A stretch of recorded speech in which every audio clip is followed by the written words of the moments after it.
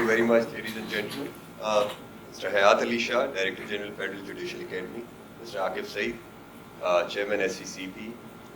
Before I formally start addressing myself, I see Mr. Ali Azim Ikram sitting here. He wouldn't remember me, but I do, because it was in 2010 when I just recently moved back from New York and had started working here. So one of the first few clients which I had occasioned me to appear before him. He was in the SEC, he was still in the SCCP, and I spotted him. It was good to see you, Mr. Azim Ikram. I must commend, and I'll come to the work, the great work Federal Judicial Academy is doing, but I must commend Mr. Akif Saeed. I mean, very, very enterprising and man and thorough professional, and it's so good to see him in the leadership position in the SCCP, and I've interacted with him on a number of occasions. But this initiative by him, bringing you people here, I think this is something which we expected from him, and we think that this is how the apex regulator of organized commerce in this country ought to be. Equipping yourselves with the latest toolkit. And I've just gone through the program, the course outline which was shared with me. I think the focus has been spot on. Yours is both preventive and reactive growth. You have to carry out investigations. You have to, of course, you have to carry out investigations in order to ensure that nothing is happening, but also something which may have happened, and then you undo what has been done, which is not in accordance with law. Problem, as Mr. Hayat Ali Shah has just alluded to, Pakistan is facing lots of challenges at the moment, and economic challenge being one of them, and I think the most important of them, intertwined with others, but most important still. This economic challenge then brings your role, makes your role a very central role in the entire process. The businesses, whether local or foreign businesses, you are the first, other than a little bit here and there, but you are the first formal regulator who they interact with, starting with the formation of the company and so on. Your role, in my opinion, is absolutely critical in instilling confidence in the businesses that if they are wronged, and we are talking about, let's say, minority shareholders, if they are wronged, you are there to right that wrong. And likewise, if the company is indulging in practices which they ought not to, you are there to prevent that from happening also. I think this is where, because you come from all sort of varied backgrounds, and some of you I see in the robes, lawyers, and some of you are professionals with other backgrounds. Now, this sort of training is critical because you have an adjudicatory role also, and it's this adjudicatory role which is most central to ensuring that the businesses have the faith that the system is working well. And in doing this, I think in this, in initiating this program, Mr. Akif Saeed, I think it's a great initiative, very commendable effort, and my friend Mr. Muzaffar Mirza is sitting here. I've just found out that he was the one who was instrumental in at least developing this initial linkage between SCCP and FJA. So full marks to him also. One important point which Chairman SEC had just referred to, I think this training has to be both ways. It's this is you as a regulator, you are here.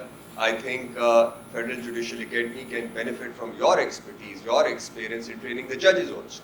And when I say training the judges, okay, I won't use the term training the High Court judges because it's just because sometimes it just touches the raw nerves. It can actually develop some programs, some modules, or some materials which will help the High Court judges in looking at the issues where, in many cases, the High Court exercises original jurisdiction. So this benefit and I think this experience which you have as a specialized regulator, I think Judicial Academy can be the source through which the judiciary can also benefit from your work, your experience and your expertise. And to that extent, I think in the first meeting of the Board of Governors, which we've had, I believe in September after, in September last year, there was a discussion that some programs should be developed for High Court judges also, because in some cases, they do have the original jurisdiction, company matters being one, and then of course the enforcement and recognition and enforcement of international arbitral awards. So I think we can start working towards that end as well, and that's where we can benefit from SECP.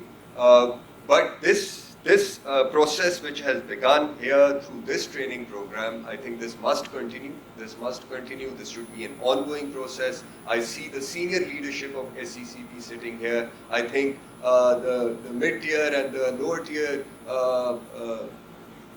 workforce and the executives working in the SEC should also attend such programs, of course, tailored to the needs which are, the requirements which are suited at their level, not at senior leadership level, but must also train them as well, because in time they'll be assuming leadership positions, and then, on real-time basis, they are the ones who are assisting the heads of the departments, for example, so they should also be trained. I think this is something which can be carried forward, which can be taken forward, and the next step would be to include them in the process also.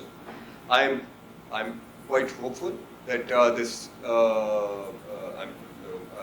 hope that this training program was good enough, has helped you enough that now that your work products, when you go back, it would reflect the fairness of the conclusions which you arrive at, whether it's the inspection process or investigations or adjudicatory process.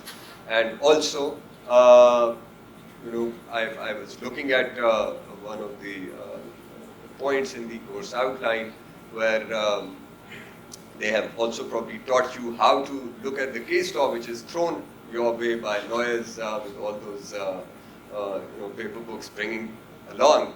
I think this will have to be a little bit of an ongoing process, which by using the right kind of toolkit, learning from here and then continuing this, I think this will benefit the SECP a great deal, but in turn greatly benefiting the economy also.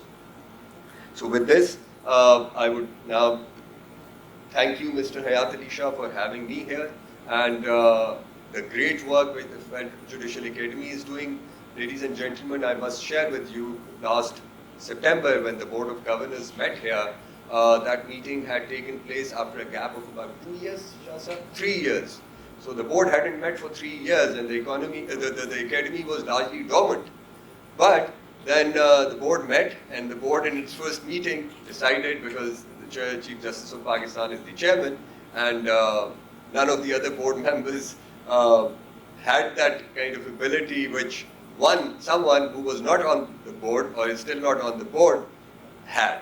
And the board unanimously decided to empower the chairman to appoint an advisor. And that advisor was Justice Mansoor Usman Awan.